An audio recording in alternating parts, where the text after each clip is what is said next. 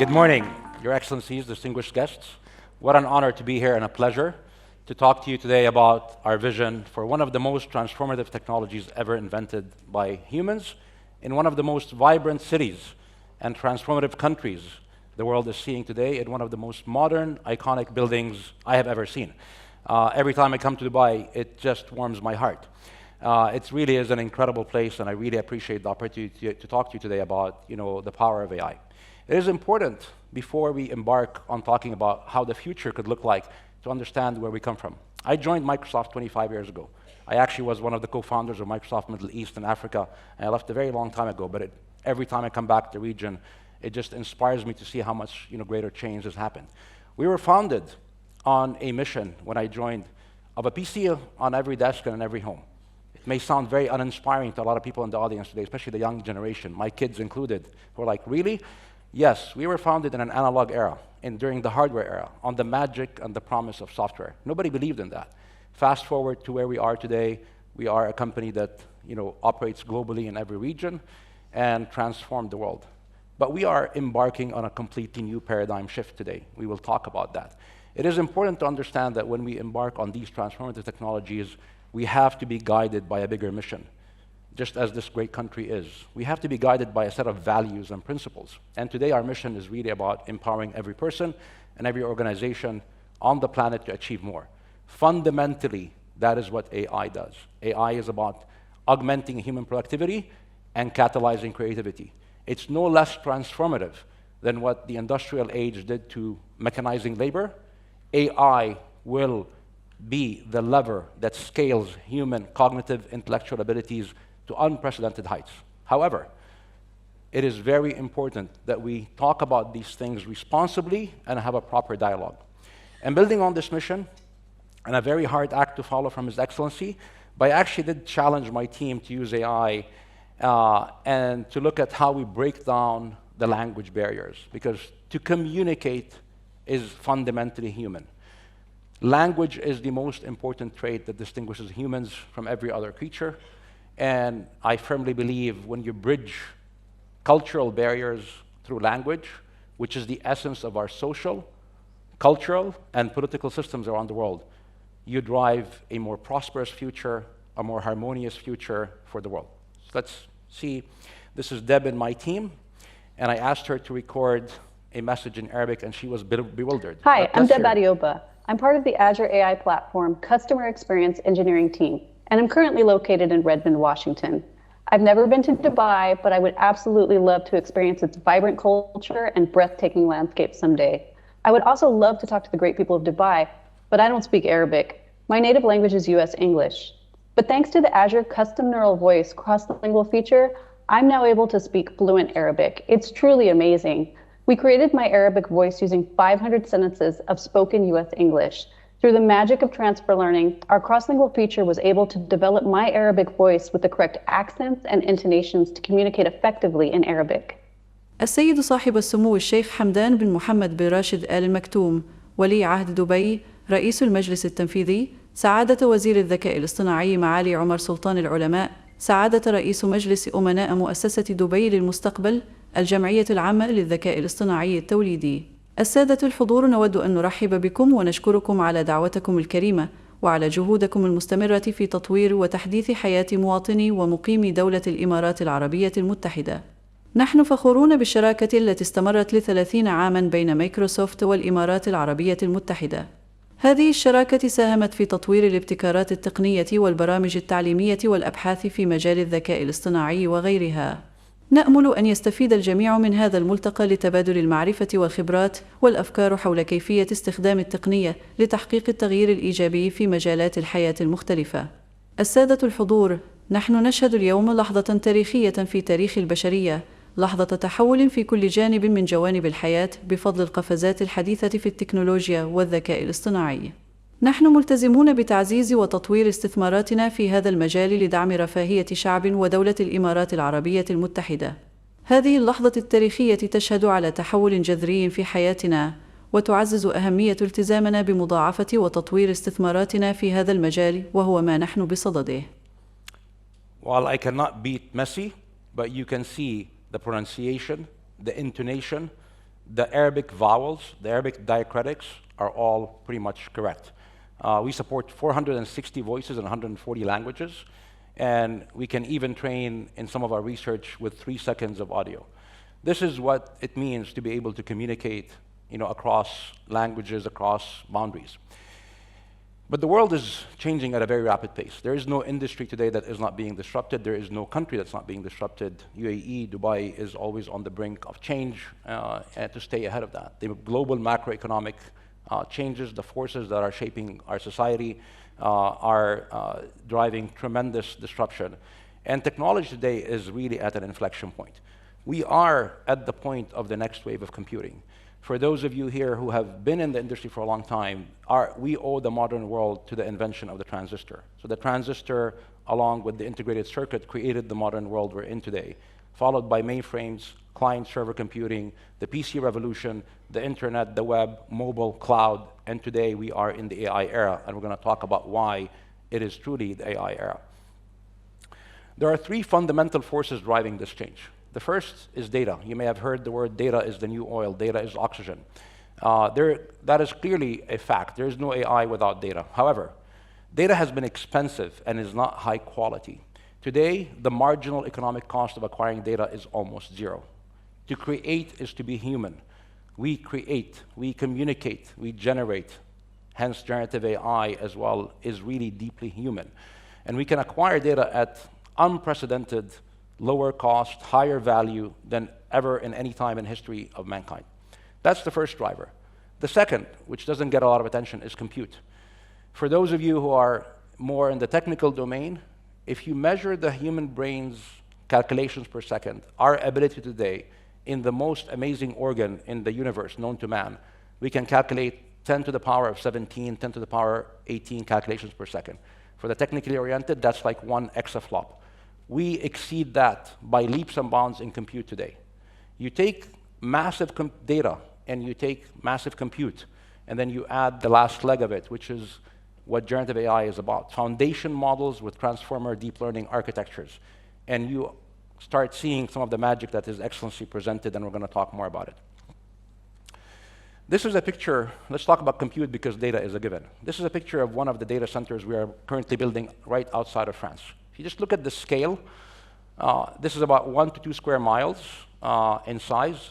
We are building 100 of these a year. This is the equivalent of building the railroad, the modern electrical grid, the modern highway system, the modern communication network of the world. This is the importance of hyperscale infrastructure for training and inferencing AI and delivering foundational infrastructure for the world.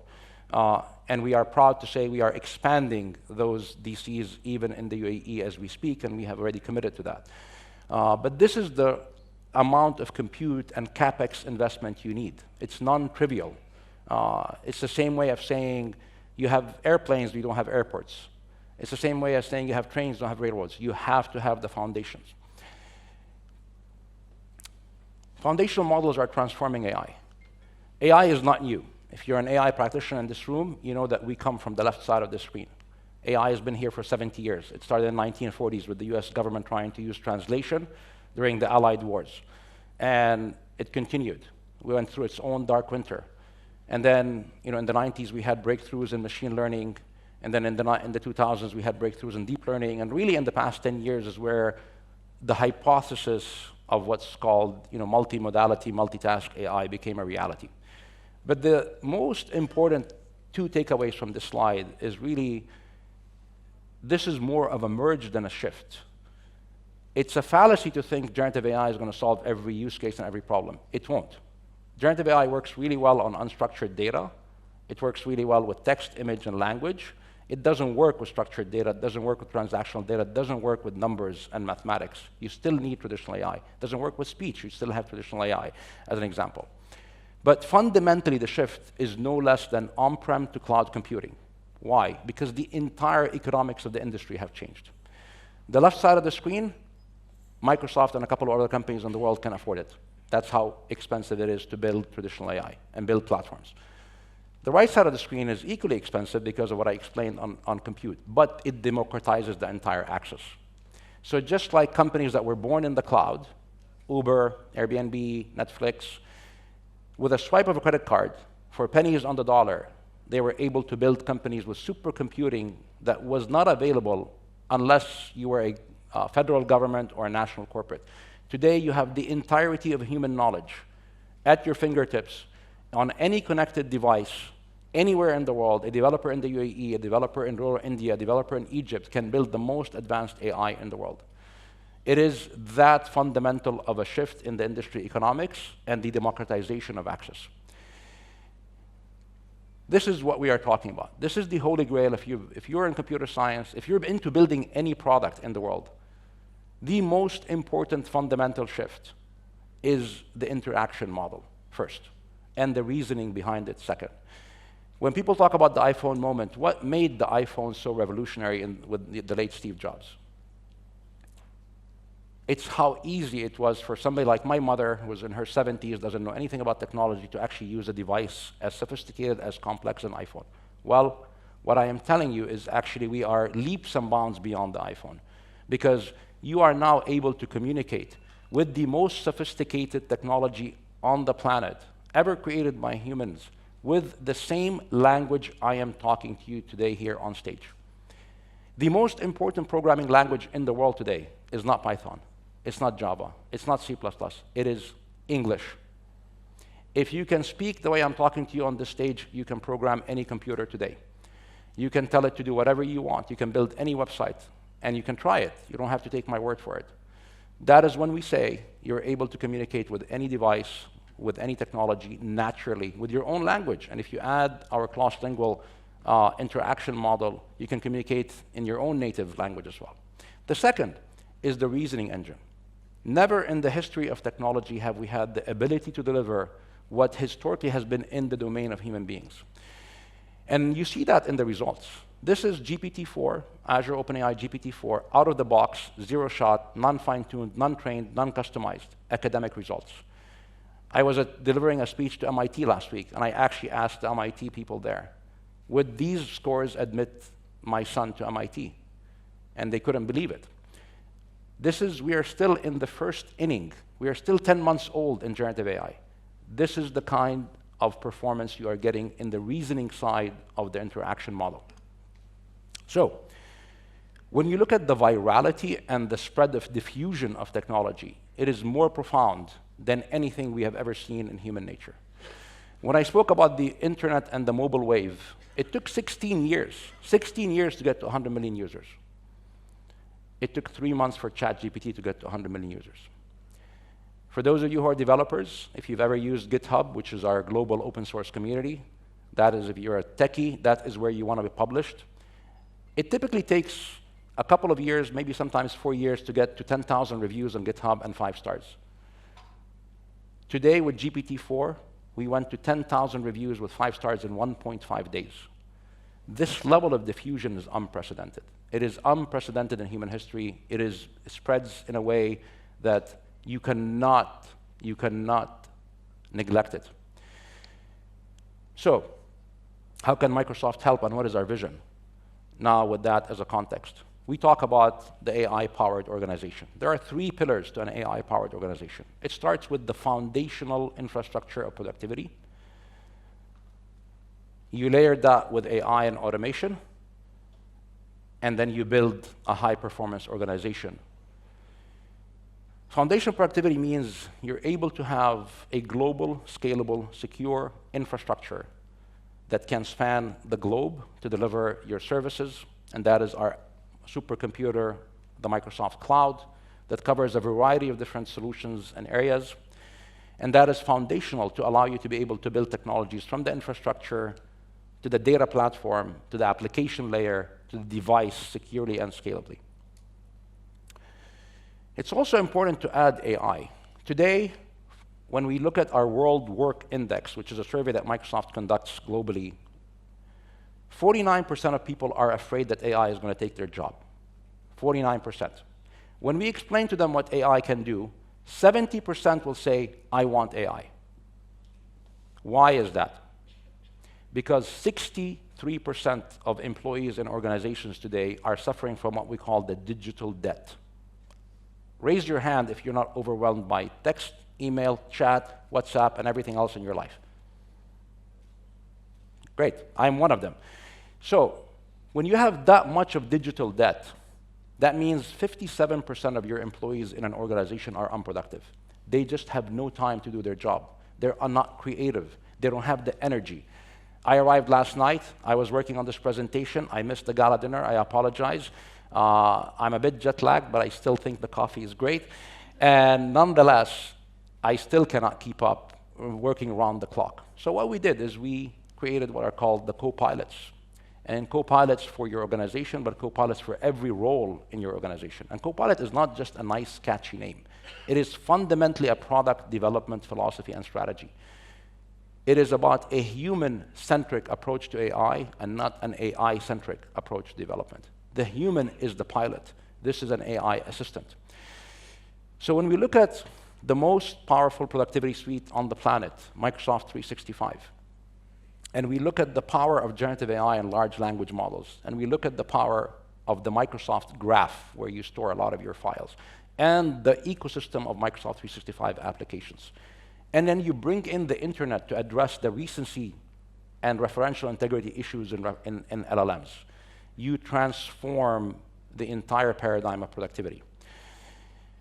But as I said earlier, it is fundamentally important that we do this in a secure way, in a compliant way, in a private way, and in a responsible AI way. Your data is always secure. It's encrypted at state, in transit. Microsoft doesn't see your data. Microsoft doesn't train on your data. So let me introduce the Microsoft Copilot chat, and to show you an example of where you can pay down the digital debt.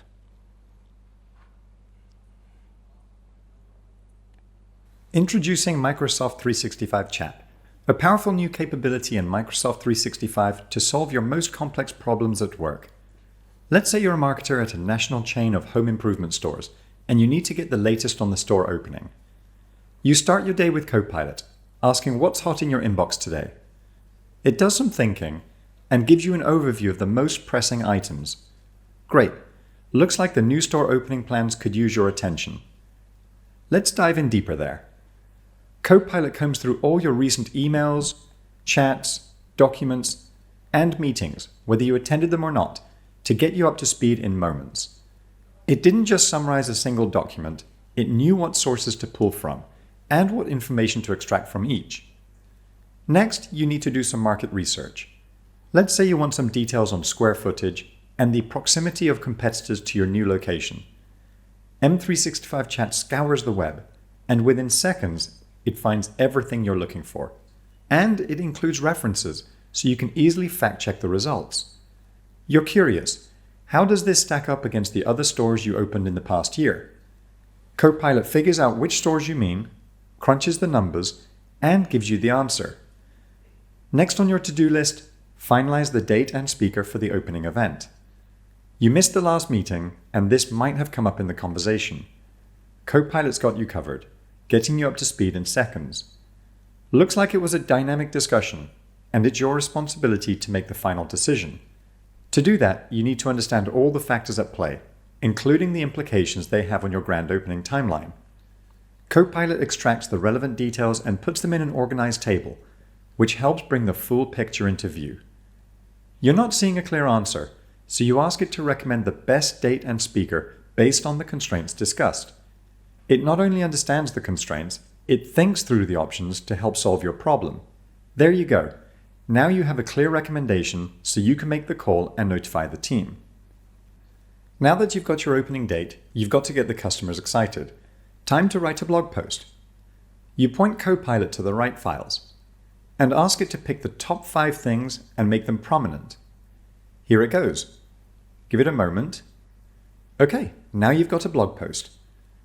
This store will be the first to unveil your new home improvement concierge service, and you need a catchy tagline. Let's generate some options. This is great for when you've got a case of writer's block. Here we go. These look pretty good. You want to add a blurb on the new store manager and highlight their impressive retail experience. Copilot pulls the information from LinkedIn and puts it in the blog for you. The opening is just around the corner, and you've got to send an email to get the team ready. Now, one of the amazing things about Copilot is you don't need to worry about things like punctuation, spelling, or being super structured in your prompt. You can just give it a total brain dump, as you can see here. And what you'll find is the more context you give it, the better the results. There was a great quote in the store walkthrough video that you want to include, but you don't remember where you last saw it or have time to search for it, let alone rewatch it to find the quote. Based on your quick description, Copilot can find the exact video you're thinking of, extract the quote you wanted, and plugs both the quote and the video into your email. Let's hop over to Outlook to refine the email. So you like the draft, but it doesn't sound like you. Introducing Sound Like Me in Outlook. Now Copilot can personalize any email to match your unique style and voice. It even gets the subtle details right, like how you sign your emails. M365 Chat is a whole new way to work. So, in the AI era, this is what it looks like in terms of having an AI assistant that helps you do your job better every day. Truly is remarkable how much productivity we're going to gain, going forward, as human beings. But it's not enough to give you just Copilots, because as I've seen with the great innovation in Dubai, you also want to build your own applications. We empower you with the most comprehensive AI platform and suite of tools and services in the world to build your own applications and to extend that through different partners. With our new AI studio, you can build generative AI applications, models, and classical traditional AI from scratch. We even include built-in responsible AI, safety standards, evaluation data, scoring of your models, visual prompting, complete templates. We support open source models, bring your own model. We even host a lot of the UAE Falcon models inside Azure ML, all built in, all available to you actually for free. We just charge for compute. There is no user license, as an example.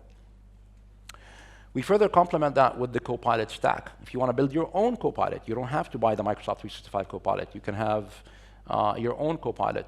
We want you to have the fastest time to market and time to value with an entire stack. But even that may not be enough. We extend that through an ecosystem. Even the M365 Copilot chat, you can integrate a plugin. You want to book a travel ticket, I'm flying to Dubai, I can plug in Amadeus, I can plug in Expedia, I can plug in any of the plugins. And when you take our platform with the stack, with the ecosystem, that is the AI advantage that Microsoft delivers to you. In closing, I want to say two more things. One is we are embarking on a transformative but very exciting future. It will reshape industries. It will reshape medicine. It will reshape sustainable energy. It will reshape, how we work, how we communicate in very fundamental ways. But there's also a dark side to this technology.